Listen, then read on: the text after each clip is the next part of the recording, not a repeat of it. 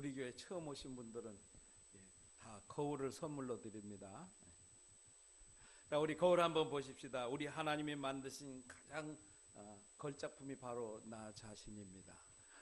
여러분 떳떳하지요? 자신 있지요? 네, 감사합니다. 우리 거울 다 같이 보면서 우리 하나님께서 우리에게 이렇게 질문을 물으십니다. 어떻게 살았냐? 여러분이 이제 대답을 하셔야죠. 여러분 어떻게 사셨습니까? 각자 대답해 보세요. 우리 하나님 앞에. 뭐 어떤 사람은 그럭저럭 살았습니다. 어떤 사람은 죽지 못해 살았습니다. 뭐 그렇게 대답할 수도 있겠습니다만, 우리 하나님이 원하시는 대답은 뭐냐면은 신바람 나게 살았습니다. 그것을 우리 하나님이 원하시는 거예요. 왜냐하면은 이 신바람이라는 것은 성령의 바람이잖아요. 성령을 바람으로 표현을 많이 하는데, 신바람이라는 것은 하나님의 영, 바로 성령의 바람이죠. 그러니까 그것은 우리 성령 안에서 즐겁고 기쁘게 살았습니다. 그런 뜻입니다. 그것을 다른 말로 표현하면 하나님 뜻대로 살았습니다. 그런 얘기가 되는 거고요. 또 다른 말로 하면 항상 기뻐하고 또 쉬지 않고 기도하고 범사에 감사하면서 살았습니다. 그런 얘기도 되는 거예요. 바로 이것이 이제 하나님의 뜻이거든요. 그래서 많은 분들이 하나님의 뜻대로 산다고 말을 합니다. 하나님 뜻대로 살아야 된다, 하나님 뜻대로 산다, 이런 말들을 많이 하는데, 그런데 하나님의 뜻이 무엇인지를 정확하게 알지를 못하는 거예요. 그러니까 그냥 자기 나름대로 사는데 하나님의 뜻이 아니라 자기 뜻대로 사는 경우가 훨씬 더 많이 있다는 사실을 우리가 오늘 이 시간에 깨닫고, 그럼 하나님 뜻대로 사는 것이 무엇이냐, 어떻게 사는 것이 하나님의 뜻대로 사는 것이냐 하는 것을 오늘 우리가 좀 깨달았고 좀 그렇게 살았으면 좋겠습니다. 그래서 하나님의 뜻이 무엇이냐, 우리를 향하신 하나님의 뜻은 항상 기뻐하라는 거예요. 슬퍼하거나 괴로워하지 말고 기뻐하라. 그 다음에 쉬지 말고 기도하라는 거예요. 항상 기도하는 생활을 해라. 그 다음에 범사에 모든 면에서 감사하는 그런 생활을 하라. 이렇게 하는 것이 바로 하나님이 우리를 향하신 뜻입니다. 그러니까 우리가 하나님 뜻대로 살려면 오늘 이 말씀을 실천을 해야 되는 거예요. 그런데 과연 가능할까? 가능하겠습니까? 항상 기뻐하고 쉬지 않고 기도하고 범사에 감사하는 이 일이 가능하겠습니까?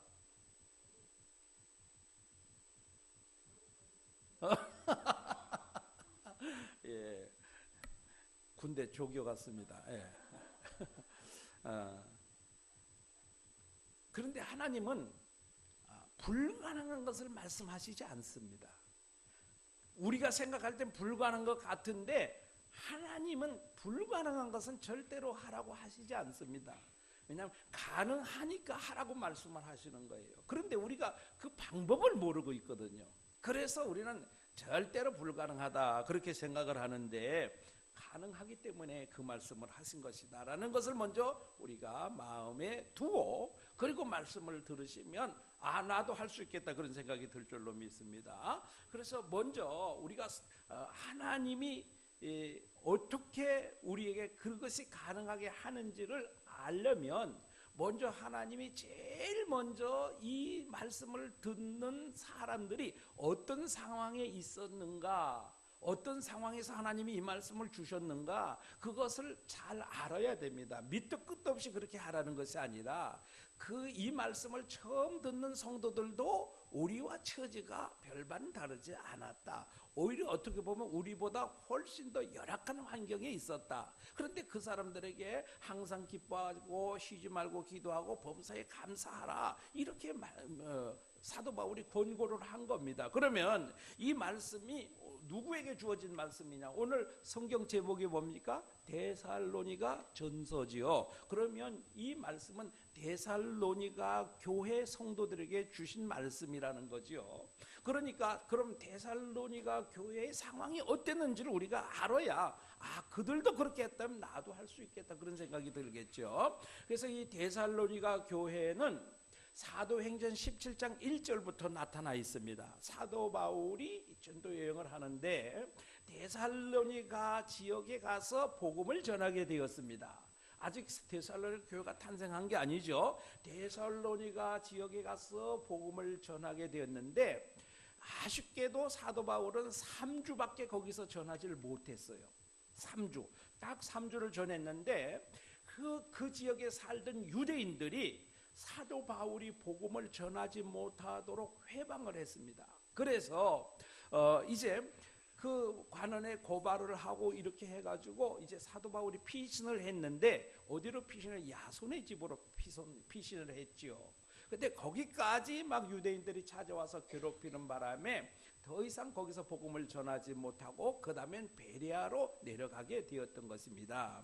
그래서 이제 사도 바울이 3주밖에 복음을 전하지 못했는데 사도 바울이 거기를 떠나서 이제 베레아를 거쳐서 다른 지역으로 이동을 하게 되었는데 다른 지역에 가서도 사도 바울이 굉장히 이 데살로니가 교회가 궁금한 겁니다. 왜냐하면 내가 3주밖에 복음을 전하지 못했는데 이들이 신앙이 잘 자라고 있는지 어떤지 가보고 싶지만 가볼 수 있는 상황이 허락질 않았어요. 왜냐하면 그 당시 유대인들이 사도 바울을 보면 잡아서 죽이려고 하고 있기 때문에 마음대로 가고 싶다고 갈 수 있는 상황이 아닙니다. 그러니까 갈 수가 없어서 할 수 없이 디모데 제자를 보내지요. 가서 데살로니가 교회 상황이 어떤가 살펴보고 와라. 그랬더니 데살로니가 교회가 그래도 감사하게 신앙에서 잘 자라고 있다는 거예요. 그래서 참으로 감사하게 되었는데 그렇다고 전혀 문제가 없었던 것은 아닙니다. 내적으로 문제가 있었어요. 첫 번째는 누구냐면은 바로 이 유대인들이 복음을 듣고 기독교를 믿는 사람들을 핍박하기 시작하는 겁니다. 그러니까 내부적으로 핍박하는 사람들이 있어서 매우 어려운 상황이 있었습니다. 그 다음에 두 번째로는 이단들이 들어왔어요. 이단들이 들어와 가지고 사도 바울이 가르친 건 거짓말이다.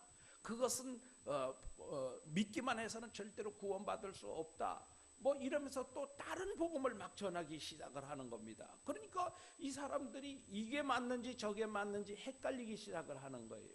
그 외에도 또 한 가지 문제가 있었어요. 뭐냐면 예수 그리스도를 믿으면 천국 간다고 했는데 그런데 주님이 재림하시기 전에 사람들은 자꾸 죽어가는 거예요. 나이가 많아서 죽고 사고로 죽고 많은 사람들이 죽어가는데 그러면 죽은 사람들은 주님이 다시 오시기 전에 죽은 사람들은 어떻게 되느냐 이런 굉장한 의문이 생기기 시작을 했던 겁니다. 그래서 이 죽은 사람 예수님이 재림하기 전에 죽은 사람들은 천국 못 가는 거 아닌가 이런 의문이 생겼을 때 사도 바울이 바로 이 편지를 보내게 됐죠. 그래서 데살로니가전서 4장에 죽은 자들이 절대로 손해보는 것 아니다. 왜냐하면 주님께서 다시 오실 때 무덤에서 잠자던 자들이 먼저 일어나고 그 다음에 현재 우리가 살아있는 육신을 입고 있는 우리도 공중으로 들림을 받아서 공중에서 주님을 영접하게 될 것이다. 그러니까 먼저 죽은 사람도 절대 손해볼 것이 없다. 왜? 우리가 먼저 가는 것이 아니라 죽어서 무덤에 있는 자들이 먼저 부활한다는 것입니다. 먼저 주님을 영접하게 된다는 거죠. 그러니까 절대로 손해볼 일이 없다. 뭐 이런 내용들을 써서 이제 보냈죠. 그리고 이제 거의 이제 데살로니가전서 5장은 마지막 장이잖아요. 데살로니가전서 첫 번째 데살로니가 교회에 보낸 첫 번째 편지를 이제 마무리하는 장입니다. 이제 결론 부분에 이르는 그런 장이죠. 그래서 이제 12절부터 이 권면을 하는데 무슨 권면을 하냐면 너희를 지도하는 지도자가 누구인지를 알고 그랬습니다. 자기를 지도하는 자가 누구인 줄을 알아야 돼요. 왜냐하면 이 사람 말이 맞는지 저 사람 말이 맞는지 그거 헷갈리기 시작하면 안 되죠. 그러니까 나를 영적으로 지도하는 지도자가 누구다 하는 것을 알아야 돼요. 그런데 교회에 들어와 가지고 이상하게 패를 짓고 당을 짓고 그 성도들을 유혹해 가지고 자기 편을 만들고 그러는 무리들이 오늘날도 있잖아요. 많이 있잖아요. 그런 사람들이 들어와가지고 교회를 망쳐버리는 경우가 너무 많습니다. 특히 요즘 대표적인 게 누구예요? 신천지가 그런 사람들 아니겠습니까? 그러니까 신천지 말을 듣는 것이 아니라 자기 목사님 말씀을 들어야 되는 거예요. 오늘 이 그 데살로니가 교회에 있는 성도들도 사도 바울이 전하고 또 사도 바울이 세운 장로들이 지도하는 그 말씀을 듣지 않고 이단들이 들어와서 전하는 그 말을 들으면 안 된다는 거죠. 그러니까 너희의 지도자가 누구인지를 알고 이렇게 권면을 하고 있습니다. 그 다음에 성도들 간에는 뭐예요? 어렵고 힘든 그런 상황들이 많이 있죠. 이단들이 들어와서 이간질을 시키고 또 성도들 나름대로 유대인들의 핍박도 있고 많은 어려움이 있습니다. 그럴 때 뿔뿔이 흩어지면 어떻게 되겠어요?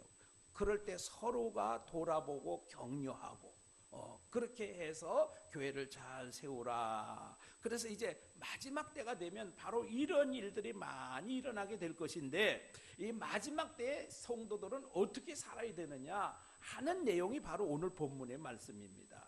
그래서 그럼 마지막 때를 살아가는 성도들은 어떻게 살아야 되느냐? 항상 기뻐하고 쉬지 말고 기도하고 범사에 감사하는 그런 생활을 해야 된다. 그렇게 말씀을 하고 있는 것입니다. 그런데 여러분, 그 성도가 기뻐하는 그런 기쁜 삶을 살아야 되는 것은 마땅하고 잘 알고 있죠. 우리가 예수 안에서 기뻐하고 감사하고 기도하고 이 생활을 해야 된다는 것은 누구나가 잘 알고 있습니다. 그런데 오늘 16절에 뭐라고 말씀하고 있어요? 항상 기뻐하라 그랬습니다. 우리가 기쁠 때도 있고 슬플 때도 있고 뭐 괴로울 때도 있고 다 있는데 항상 기뻐하라는 거예요. 항상 기뻐하라. 이거는 불가능할 것 같아요. 그렇지 않아요? 저도 목사지만 항상 기뻐하지만은 못하고 있거든요. 지금도 목사도 그러니까 여러분 어떻겠습니까? 목사가 그런데 하물며 나는 뭐 이러면서 슬퍼하고 괴로워하고 그럴 수도 있겠죠. 그런데 그렇지 않습니다. 그럼 어떻게 하면 항상 기뻐할 수 있느냐? 이 사도 바울이 빌립보서를 또 기록했거든요. 빌립보서를 기록했는데 빌립보서는 로마 감옥에 있으면서 기록한 거예요. 그런데 빌립보서의 핵심 주제가 기뻐하라는 거예요. 기뻐하라. 자기는 그 감옥에 갇혀 있으면서 저 밖에서 자유롭게 살아가고 있는 빌립보 교회 성도들을 향해서 너희는 기뻐하라 그렇게 말을 하는 거예요. 밖에 있는 사람이 감옥에 있는 사람 보고 기뻐하라 그러면 어느 정도 이해가 되는데, 감옥에 갇혀 있는 사람이 자유를 누리고 있는 사람에게 기뻐하라 그러면 이 뭔가 좀 안 맞는 것 같거든요. 그런데 사도 바울은 감옥에 갇혀서도 자기는 기뻐했다는 거예요. 기쁜 생활을 하고 있다는 거예요. 그러니까 너희도 기뻐하라는 거예요. 그런데 이 빌립보서 4장 4절 말씀에 보면 주 안에서 항상 기뻐하라, 내가 다시 말하노니 기뻐하라, 그렇게 권고하고 있어요. 그러니까 우리가 항상 기뻐할 수 있는 길은 어디에 힌트가 있냐면 주 안에서라는 말에 힌트가 있는 거예요. 주 안에서 기뻐하라. 내가 다시 말하노니 기뻐하라. 그런데 우리 그 현실만 가지고는 절대로 항상 기뻐할 수 있는 것은 불가능한 얘기입니다.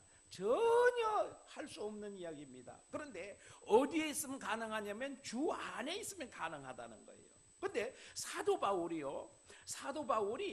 뭐 여러 가지로 어려움을 많이 당했어요. 얼마나 어려움을 많이 당했는지 몰라요. 그런데 누구 때문에 어려움을 당했습니까? 예수님 전파하는 것 때문에 그렇게 어려움을 많이 당했거든요. 그래서 감옥에 갇히기도 하고 매를 맞기도 하고 뭐 또 뭐 강의 위험을 당하기도 하고 뭐 태장도 맞고 뭐 하여튼 온갖 그 어려움을 다 당했습니다. 그런데 사도행전 16장에 보면 우리가 그 아주 잘 알고 있는 말씀이 있죠. 사도행전 16장 31절이 뭡니까? 주 예수를 믿으라, 그리하면 너와 네 집이 구원을 얻으리라. 그 말씀 우리 잘 알고 있잖아요. 이 말씀이 그냥 나온 것이 아니라 사도 바울이 죽도록 맞고 나온 말씀이에요, 이것이. 왜냐하면 사도 바울이 복음을 전하다가 감옥에 갇히게 됐어요. 그런데 그냥 갇힌 게 아니라 죽도록 맞고 감옥에 갇혔거든요. 근데 한밤중이 됐어요. 그래서 사도 바울이 혼자 갇힌 게 아니라 신라와 같이 갇혔어요. 한밤중이 되었는데 얼마나 죽도록 얻어맞았는지. 그러면 우리는 어떻게 할까요? 그냥 불평하고 원망하고 그럴 수밖에 없는데 바울과 실라는 그 밤중에 주님을 찬송하고 기도했어요. 그랬더니 옥문이 스르륵 열린 거예요. 그래서 그냥 옥에 갇혀 있는 것이 아니라 손에도 쇠사슬이 매이고 발에는 착고가 채워져 있었어요. 손에 쇠사슬과 착고가 다 풀어지고 옥문이 열리고 그냥 사도 바울이 나오게 됐어요. 그 간수가 밤이 깊으니까 꾸벅꾸벅 졸다가 벌떡 일어나 보니까 죄수들, 옥문이 열리고 죄수들이 나와 있는 거예요. 그러니까 죄수들 다 놓쳐버리면 자기는 사형이거든요. 자기가 죽음이거든요. 그러니까 이제 자살을 하려고 합니다. 자살을. 그러니까 사도 바울이 걱정하지 마라. 우리가 도망가지 않고 다 여기 있다. 그렇게 하니까 이 간수가 이 어찌 되리냐고 깜짝 놀랐어요. 그래가지고 사도 바울 앞에 무릎을 꿇고 우리가 어떻게 구원을 얻을 수 있습니까? 하니까 사도 바울이 그때 한 말이 주 예수를 믿어라. 그리하면 너와 내 집이 구원을 얻으리라. 이렇게 그 유명한 말을 하게 된 것이거든요. 그러니까 사도 바울은 그렇게 감옥에 죽도록 맞고 온몸이 매여서 감옥에 갇혀도 절대로 슬퍼하거나 괴로워하지 않고 뭐 했어요? 기도하고 하나님을 찬송했다는 거예요.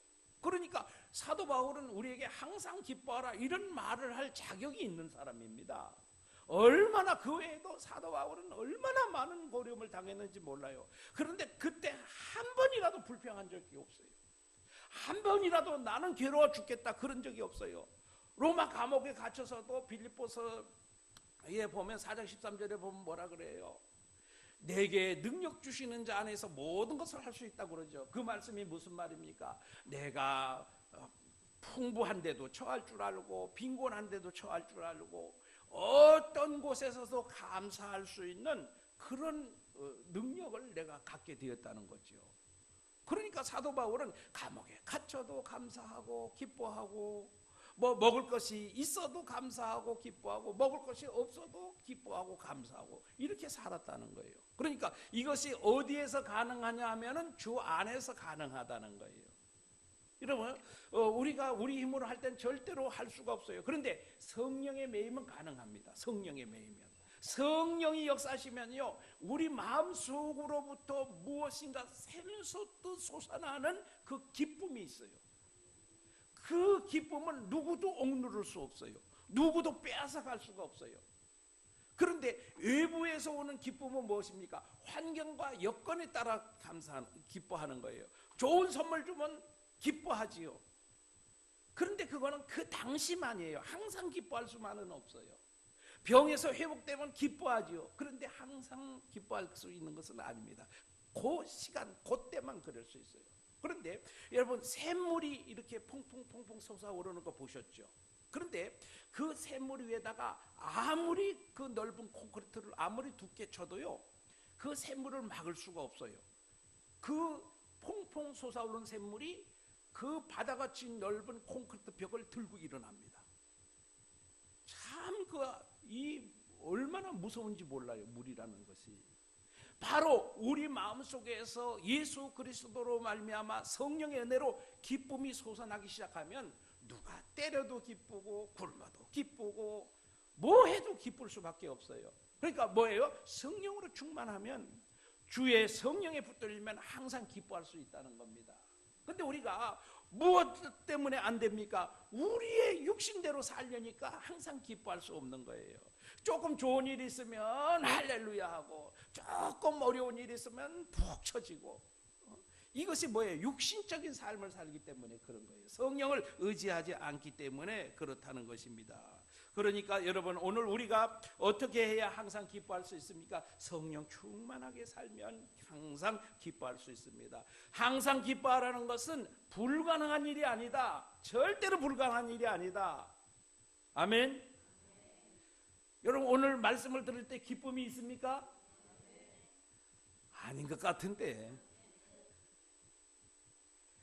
요 문 열고 가면 또 뭐 어쩌고 저쩌고 하고 죽겠네 이 죽겠네가 그냥 입에 그냥 우리 한국 사람은 죽겠네 이 죽겠네가 그냥 아주 그냥 입만 열면 죽겠네가 나오는 거예요.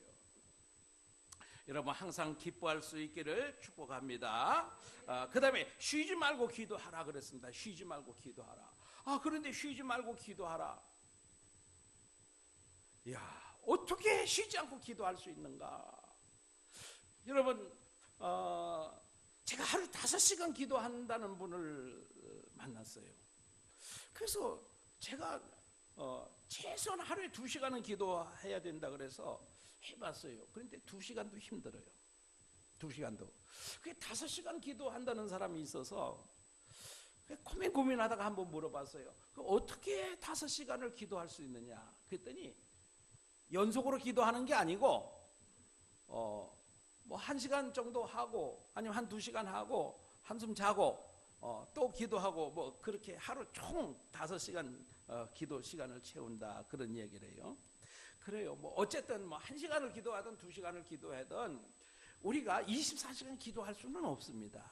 사람이 잠을 자기도 해야 되고요, 밥도 먹어야 되고요, 다른 사람과 대화도 나눠야 되고, 뭐 생각도 해야 되고, 공부도 해야 되고, 일도 해야 되고, 이렇게 하는데 항상 쉬지 않고 기도할 수는 없습니다. 그런데 오늘 쉬지 않고 기도하라는 말은 쉬지 않고 끊임없이 지속적으로 관심과 사랑을 가지고 하나님 앞을 떠나지 말라, 그런 의미예요. 하나님 앞을 떠나지 말라는 거예요. 그래서 창세기 17장 1절에 나는 전능한 하나님이라 너는 내 앞에서 행하여 완전하라 그랬습니다. 여러분, 우리가 코람데오라는 말이 있습니다. 코람데오는 뭐냐면 하나님 앞에서, 그런 뜻입니다. 우리가 항상 하나님 앞에 있다는 것을 인식하고 사는 것입니다. 여러분, 우리가 항상 하나님 앞에 있다는 것을 인식하면 어떻게 될까요? 늘 하나님과 대화하고 관심을 가질 수밖에 없지요. 그래서 여러분, 이것이 어떻게 가능하냐 하면은 이 사랑하는 관계라면 가능합니다. 여러분, 한번 애인 한번 생각해 보세요. 애인. 요즘 애들은 보니까요, 뭐 결혼 안 한다는 사람도 많이 있긴 하지만, 그러나 이 또 사랑이 한번 빠지면 이거 말릴 방법이 없어요. 옛날엔 부모가 반대하면 이 말렸는데 요즘은 부모 반대는 절대로 먹혀 들어가지 않습니다. 뭐 죽이 되든 밥이 되든 죽든 살든 자기가 좋다면 해야 돼요. 그런데 그 사랑하는 사람과는 어떤 관계냐면 하루 종일 데이트를 하고 왔어요. 집에 와가지고 전화 통화를 해요. 전화를 끊지를 않아요. 부모님들이 뭐라고 핀잔을 줘요. 그러면 지방에 들어가서 이불 뒤집어 쓰고 이불 속에서 또 통화해요. 눈이 떨어지기가 무섭게 또 통화해요. 뭐예요? 항상 관심은 거기 가 있는 거예요. 그리고 뭐가 하고 싶어요? 항상 대화가 하고 싶어요. 항상 같이 있고 싶어요. 이것이 바로 사랑의 관계예요. 여러분, 우리가 항상 쉬지 않고 기도하는 것은 바로 하나님과 이런 관계 속에 있는 거예요. 그러니까 우리가 일을 할 때도 항상 하나님을 생각하면서 일을 하는 거예요. 뭐 길을 갈 때도 항상 하나님을 생각하는 거예요. 그리고 여러분, 꼭 우리가 이렇게 일정한 시간과 장소를 정해놓고 나와서 기도하는, 이건 정기적인 기도는 너무 중요하고 꼭 해야 될 일이죠. 그런데 우리가 일상생활 속에서 하는 기도는 우리가 꼭 입으로만 하는 기도가 기도는 아니에요. 늘 하나님과 생각하고 하나님과 대화하는 거예요. 그래서 제가 지난번에도 말씀드렸어요. 우리 자녀들 어떻습니까? 멀리 유학 보내놓고 또 멀리 어디 직장에 타지에 보내놓고 우리 부모님들이 뭐 해요? 그 애들이 멀리 떨어져 있으니까 그 애들과 교통하는 거 중단됐습니까? 아닙니다. 부모는 항상 그 애들을 생각해요. 그러면서 항상 중얼중얼하면서 속으로 무언가 생각해요. 그래서 무언가 맛있는 게 하나 있으면 아이고 이거 그놈이 있으면 참 좋아할 텐데, 그럼 참 잘 먹는 건데, 이러면서 음식을 만들면서도 중얼중얼하면서 이야기하는 거예요. 뭐예요? 부모는 그 자녀와 끊어진 관계가 아니라 연결되어 있는 관계예요. 멀리 몸은 떨어져 있고 눈에 보이진 않지만 항상 연결되어 있는 거예요. 우리 학생들 오늘 여기 와 있는데 집에 있는 부모님들은 여러분과 항상 같이 있는 거예요. 항상 여러분 잠시도 잊어버리지 않아요. 밥은 먹고 다니나, 뭐 어쩌나, 잠은 잘 자나, 뭐 환절기에 감기는 안 걸렸나, 뭐 돈은 떨어지지 않았나. 그래서 자기는 못 써도 용돈 보내주고 그렇게 하는 거예요. 바로 이게 하나님과 우리의 관계가 이렇게 돼야 되는 거예요. 이것이 쉬지 않고 하는 기도예요. 그래서 우리가 끊임없이 하나님 앞에 사는 그 자체, 하나님과 늘 교제하는 마음, 그것이 쉬지 않고 하는 기도다. 그러니까 여러분, 오늘 우리가 생활하면서 과연 하나님을 얼마나 생각하면서 사는가 한번 생각해 보세요. 여러분, 성경책 언제 보시고 오늘 또 가지고 나오셨나요? 언제 보시고 오늘 또 처음 보시는 건가요? 뭔지 후후 보러 가지고 오시지는 않았나요? 바로 그런 겁니다. 여러분, 우리가 하나님 뜻대로 살려면 하나님과 늘 교제하는 생활을 해야 되는데, 주일 예배를 그렇게 빠지는 분들이 많아요. 주일 예배 빠지는 것을 밥 먹듯 하는 분들이 많아요. 주일 예배 나온 사람 가물에 콩나듯 나오는 분들이 많아요. 이런 분들은 절대로 하나님 뜻대로 사는 사람이 아닌 거예요. 여러분, 우리 하나님이 가장 기뻐하는 사람이 누굴까요? 하나님 앞에 예배 잘 드리는 사람은 가장 기뻐하는 사람입니다. 목사님이 가장 예뻐하는 사람이 누굴까요? 예배 잘 나오는 사람이 제일 예뻐요. 아무리 뭐 해도 예배 자주 빠지는 사람은 별로 보기 안 좋습니다. 별로 안 좋아해요. 목사님이 누가 안 좋아해요? 하나님이 별로 안 좋아해요. 예배 빠지는 사람. 목사님은 항상 그 사람의 마음에 근심거려요. 예. 여러분, 우리 그 자녀들 중에 부모님 항상 마음에 이 한으로 이 뭔가 덩어리로 뭉쳐 있는 것이 있어요. 누구냐면은 자주 집 나가는 자녀, 자주 사고 치는 자녀. 이런 자녀를 생각만 하면 그냥 먹은 이 위장이 탁탁 멈춰버려요. 먹은 것이 소화가 안 돼. 그래서 뭐가 나요? 속병이 나는 거예요. 부모님들이 그래서 속병이 나는 거예요. 바로 목사님들이 가장 속병이 나는 게 뭐냐? 예배 빠지는 성도들, 신앙생활 안 하는 성도들, 이 성도들 때문에 목사님들이 아주 병이 생겨. 병이. 제가 몇 번 말씀드렸죠. 우리 부산 고흥교회 정은일 목사님이 내가 빨리 죽으면 예배 결석하는 사람하고 예배 직학하는 사람 때문에 죽은 줄 알으라고. 한두 번 이야기하는 게 아니야. 수십 번 예배 거의 뭐 한 달에 한두 번은 이야기해요. 그래도 안 돼. 그래도 어쩔 수 없어요. 그런 사람은 하나님이 사랑하시는 자가 아닌가 봅니다. 아멘. 하나님이 사랑하시는 자가 되시기를 축복합니다. 그 다음에 범사에 감사하라 그랬습니다. 여러분, 범사에 감사하라는 것은 어떤 때든지 변함없이 감사하라. 언제든지 감사하라. 형통할 때나 환난을 당할 때나 감사하라. 그런 얘기입니다. 그런데 여러분, 항상 감사할 수 있습니까? 안 좋은 일이 있으면 에이 뭐 재수가 어쩌고 저쩌고 뭐 그렇게 하지 않습니까? 또 좀 안 좋은 일이 자꾸 생기면 어떡합니까? 왜 하나님은 이러면서 하늘을 향해서 삿대질하고 싶은 마음이 안 생깁니까? 니체가 그랬습니다. 니체, 철학자 알죠? 철학자 니체가 하나님 죽었다고 하늘을 향해서 손가락질했거든요. 그가 정신병자로 죽었습니다. 니체가 정신병자로 죽었어요. 철학자 니체가. 하늘을 향해서 하나님은 죽었다고 외치던 니체가 정신병자로 죽었다는 거예요.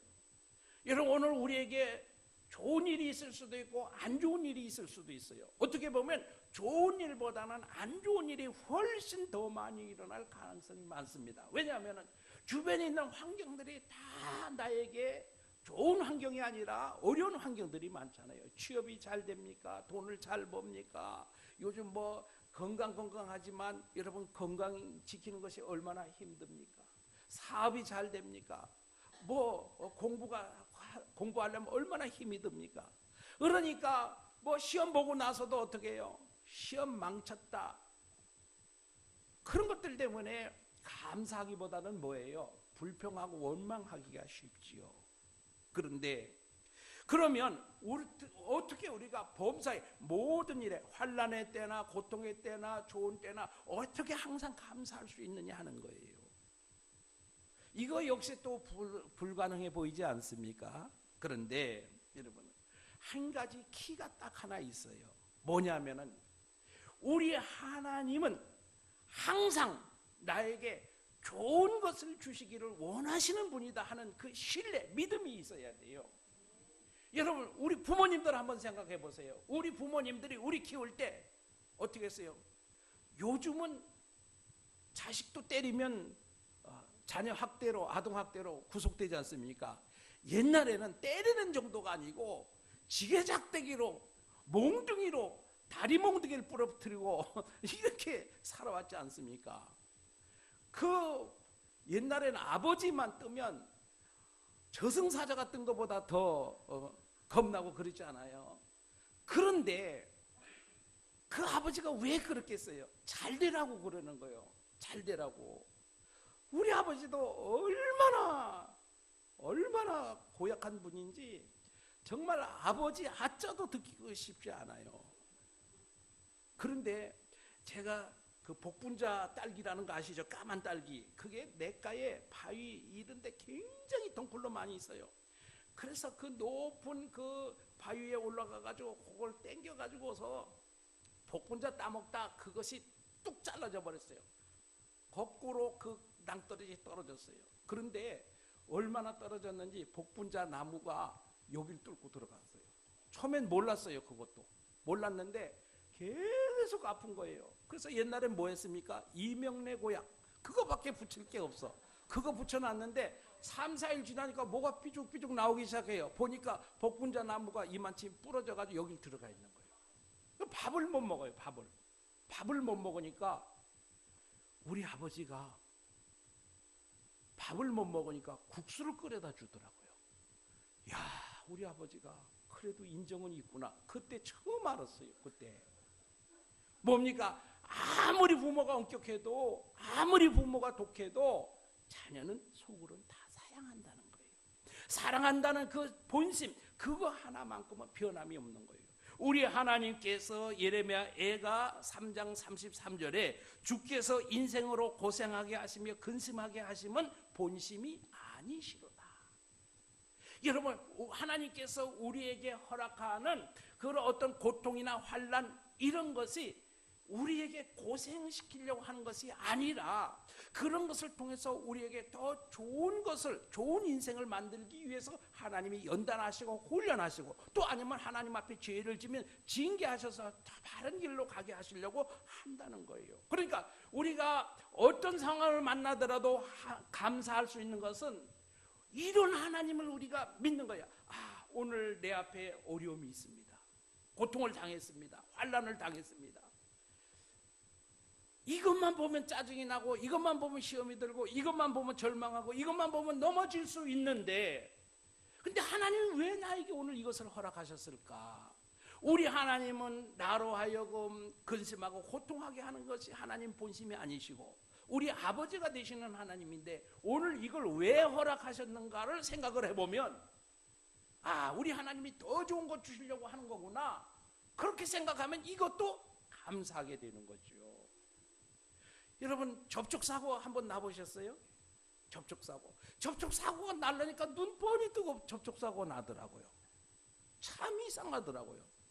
그냥 그렇게 나요. 그런데 접촉사고만 나도 여러분 어떻습니까? 정말 강대상에서 이런 말 하기 참 죄송한데 기분 참 더럽습니다. 그렇잖아요. 정말 제 표현이 딱 맞을 거예요. 별거 아니에요. 보험에서 처리하면 돼요. 그거 보험료 올라가는 것도 아니에요. 그냥 전화 한 통이면 돼요. 그런데도 뭐예요? 기분은 정말 더러워요. 그래서 제가 우리 성도들이 어떤 자동차 사고가 나면 그 기분을 너무 잘 압니다. 제가. 그래서 이랬다 저랬다 뭐 따지지 말고 묻지도 말고 위로해 줘야 돼요. 그 우리 사모도 가끔 그런 사고를 내요. 그러면 남자들이 대뜸 하는 소리가 뭡니까? 조심하지 않고 이렇게 화를 내잖아요. 그런데 저는 절대로 그러지 않습니다. 이 사람이 이 사고를 내고 지금 기분이 어떨까? 한마디로 더러운 거예요. 기분이 너무 기분 잡친 거예요. 기분이 너무 나쁜 거예요. 뭐 손해 보고 뭐 이건 상관없어요. 그거와 상관없이 그 자그마한 사고라도 낸 사람 마음은 너무너무 정말 기분이 안 좋은 거예요. 나쁜 거예요. 그런데 거기다 대고 조심하지 않았니 어쨌니 하고 소리 질러대면 어떻게 되겠어요? 폭발해버리죠. 그러니까 그런 말을 할 필요 없어요. 여러분 조그만 사고라도 난 분이 있으면요 무조건 위로해 주세요. 아이고 괜찮아? 괜찮아. 그거 신경 쓰지 마. 기분 좀 나쁘지만 그거 빨리 잊어버려. 이렇게 해주는 것이 최고예요. 제가 그렇게 안 했으면 우리 사모가 지금 뒤에 앉아 있는데 큰일 나지요. 그렇지 않습니까? 제가 그렇게 합니다. 여러분 자그만 이 접촉사고만 하나 나도 정말 기분이 완전히 다운되고 은혜가 완전히 다운되잖아요. 이럴 때 기뻐할 수 있느냐 이거예요. 이럴 때도 기뻐하라는 거예요. 왜? 더 큰 사고 안 나니까 감사하고요. 사람 다치지 않았으니까 감사하고요. 이런 식으로 감사해야 돼요. 그러니까 예수 믿는 사람은 이래도 감사 저래도 감사.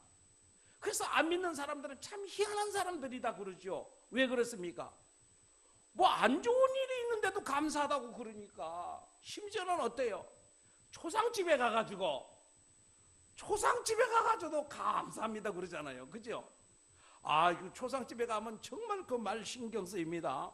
초상집에 가서 기도하는 거 정말 신경 쓰입니다. 그런데도 감사라는 말을 뺄 수가 없어요. 왜? 하나님 은혜니까 모든 것이. 그러니까 감사할 수밖에 없어요. 그러니까 이거 안 믿는 사람들이 이해 못하는 게 뭐예요? 예수 믿는 사람들은 초상집에 와서 노래 부르고 초상집에 와서 감사하다 그러고 그래서 이해를 못한다고 그러는 거예요. 그들은 이해를 못하죠. 왜? 우리는 범사에 감사하는 성도들이니까 무슨 일을 당해도 죽어도 천국 가니까 감사한 거 아니에요. 그 빨리 죽은 사람한테는 가서 뭐라고 해야 됩니까? 그래도 감사해야 되죠. 왜? 이 힘든 세상 점점 더 미세먼지도 많아지고 핵폭탄도 있고 이렇게 지금 날씨도 뜨거워지고 뭐 태풍과 폭풍과 이런 것들이 많아지는 기상이변이 많아지는 이 세상 더 이상 힘든 세상 살지 않고 빨리 천국으로 갔으니까 감사하고 그렇지 않아요? 근데 그것도 차례 가려가면서 해야 돼요. 안 믿는 사람한테 가서 그렇게 하다가는 봉변당해요. 그러니까 믿는 사람끼리 그런 얘기해야 되는 거예요. 그러니까 믿는 사람들은 모두가 범사에 감사, 모든 환경에서 다 감사할 수 있는 거예요. 왜 그렇습니까? 나에게 항상 좋은 것을 주시기를 원하시는 그 하나님께서 나에게 허락하신 일이기 때문에 감사한 것입니다. 그러니까 오늘 세 가지가 다 사실은 우리가 불가능하다고 생각할 수 있지만 그러나 다 가능한 것이라는 것을 알게 되었죠. 그러니까 우리는 어떻게 해야 돼요? 항상 기뻐하고 쉬지 말고 기도하고 범사에 감사해야 돼요. 그런데 이렇게 하려면 어떻게 해야 되느냐? 성령을 소멸하지 말며 그렇습니다. 앞에서도 말씀드렸죠. 성령 안에서 성령의 역사 가운데 우리가 기뻐할 수 있다. 감사할 수 있다는 거죠. 왜냐하면 이 성령을 소멸하지 말며 이거는 소멸이란 말을 이해를 잘해야 돼요. 성령을 완전히 잃어버리는 게 아니에요. 우리에게 한 번 오신 성령은 절대로 떠나가지 않습니다. 그렇기 때문에 성령을 소멸하지 말며 이것은 잘 번역된 것이 아닙니다. 그래서 이 소멸이라는 말은 불을 끈다는 뜻이 있어요. 불을 끈다. 그러니까 성령의 역사하시는 것을 방해하지 말으라는 거예요. 여러분 불 타는 데다 물을 갖다 확 끼얹으면 어떻게 돼요? 찬물 끼얹는다고 그러죠. 그러면 불이 꺼져버리잖아요. 성령이 불과 같이 우리에게 역사하고 계셔서 우리가 기쁨으로 찬송하고 감사할 수 있는데 거기다가 찬물을 갖다 끼얹어 버리면 어떻게 되겠어요? 그러면은 성령의 역사가 없어지죠. 그것이 바로 뭐냐면 죄를 짓는 일입니다. 성령께서 우리의 마음에 기쁨을 주시는데 우리가 죄를 지면 어떻게 해요? 죄가 들어오면 죄를 짓고 나면 그만 성령께서 싫어하십니다. 그러니까 우리 마음에 아주 괴로움과 짜증이 충만하게 됩니다. 그러니까 성령을 소멸해서는 안 되겠죠. 성령의 불을 꺼서는 안 됩니다. 그 다음에 예언을 멸시하지 말고 그랬습니다. 예언이라는 건 하나님의 말씀입니다. 여러분 하나님의 말씀을 멸시하는 사람이 하나님의 은혜를 받을 수 없어요. 하나님의 말씀을 멸시하는 사람이 하나님을 만날 수 없어요. 말씀이 바로 곧 하나님이신데 말씀을 멸시하고서는 하나님을 만날 수가 없다는 거예요. 그 다음에 범사에 헤아려 좋은 것은 취하고 악은 어떤 모양이라도 버려라. 여러분, 이 좋은 것은 무엇이냐면 성령의 은사로 오는 것들입니다. 그래서 성령이 주시는 것은 항상 좋은 것을 주십니다. 성령이 절대 나쁜 것 주지 않습니다. 그런데 누가 나쁜 것을 주냐면 악이 나쁜 것을 줍니다. 그런데 악은 여러분 항상 좋아 보여요. 그래서 아담과 하가 처음에 범죄할 때 어땠어요? 그 열매가 보암직도 하고 먹음직도 하고 지혜롭게 할 만큼 탐스럽기도 한지라 우리 눈에 좋아 보이는 거, 여러분 버섯 따라가 보세요. 버섯 따라가 보면은요, 이 독버섯은요 색깔이 얼마나 화려한지 모릅니다. 만약에 그 화려한 것만 좋아하는 사람은 그거 따다가 다 끓여 먹으면 어떻게 돼요? 즉사합니다. 그 자리에서 버섯의 독으로 인해서 즉사합니다. 그런데 식용버섯은 어때요? 시커멓고 색깔도 안 좋고 뭐 모양도 안 좋고 그래요. 그러니까 여러분, 우리가 죄 짓는 일은요 너무너무 하고 싶고 너무너무 보기가 좋아요. 그것이 뭡니까? 안목의 정욕입니다. 우리 눈으로 봐서 좋아 보이는 거 그거 따라가다 망한 사람이 얼마나 많이 있습니까? 여러분, 정치하는 사람들 지금 감옥에 가고 하는 이유들이 다 뭡니까? 그거 욕심내다가 그러는 거예요. 욕심내다가. 그런 거는 악이니까 버려버려야 돼요. 여러분, 불법을 저질러 가지고 떼돈을 벌 수 있는 이 길이 있다고 보면 그것이 얼마나 매력적으로 보입니까? 그거 잘라버려야 됩니다.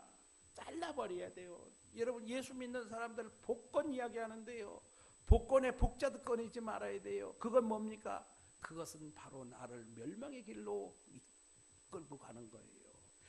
내가 정당하게 노력하고 정당하게 벌어서 소유하는 것 외에는 다 악이라고 보면 됩니다. 그런데 일확천금을 벌 수 있는 거, 이런 거, 출세할 수 있는 거, 이런 거 얼마나 좋아 보입니까? 목사님들도 그러고 예수 믿는 사람들도 그러고요, 인사청탁하고 뭐하고 해서 뭐 하면은 어떻게 해요? 나중에 가면 그것 때문에 결국 인생 망치는 일들이 나오게 되는 것입니다. 저는 목회하면서 가장 겁나는 것이 있어요. 뭐냐면 옛날부터 내려오는 관례라는 거 있죠. 그래서 어떤 목사님은 신방 갔었다가 이렇게 헌금인지 아니면 목사님 책 사보시라고 드리는 건지 이게 구분이 안 가는 것이 있어요. 구분이 안 가는 거. 그런 거 그냥 받아가지고 쓰시고 했는데 결국에 그거에 발목이 잡혀가지고 목회를 못하고 은퇴해야 되는 그런 경우도 나옵니다. 그러니까 옛날엔 관례라고 봤지만 지금은 그렇지 않습니다. 그래서 아무것도 아닌 거, 아무것도 아닌데 하나님이 간섭하신 큰 문제가 됩니다. 오래전에 지난 것들도 하나님이 간섭을 하시면 큰 문제가 됩니다. 그러니까 오늘 우리가 아무리 좋아 보이더라도 그거 아니다 싶으면 안 하는 거예요. 제가 이게 무엇인지 구별이 잘 안 되는 거는 무조건 재정으로 갖다 넣습니다.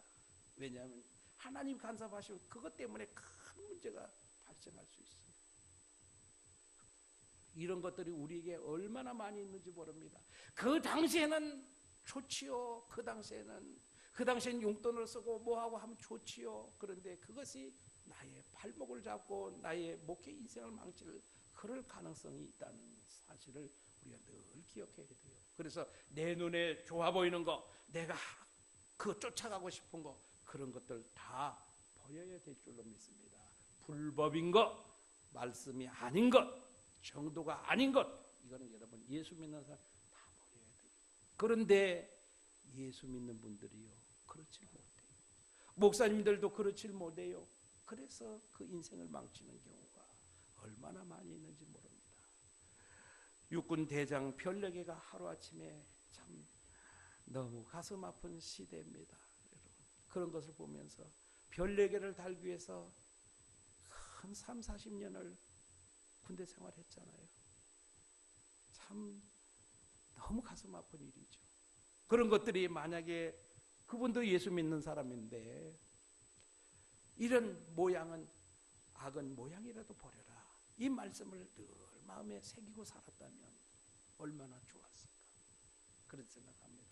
여러분 혹시라도 지금도 우리가 그냥 눈에 보이는 거 그거 덥석 따라가고 그 덥석 짚는 분이 계시다면 오늘 말씀을 통해서 악은 모양이라도 버리라는 이 말씀을 마음에 새기시고 나는 예수 믿는 사람이요 나는 하나님의 사람이다라는 사실을 꼭 기억하시기 바랍니다.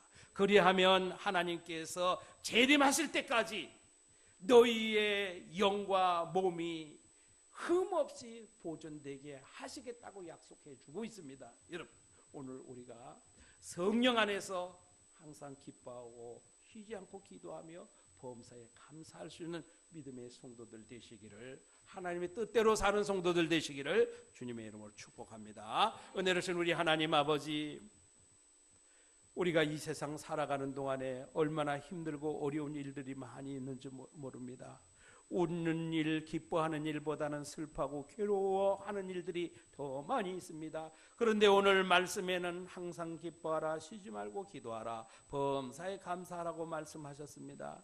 도저히 불가능해 보이는 것 같지만 주 안에서는 가능하다고 말씀하셨사오니 늘 우리가 하나님 은혜 안에 살아갈 수 있도록 우리 주님 인도하여 주옵소서. 예수님 이름으로 기도하옵나이다.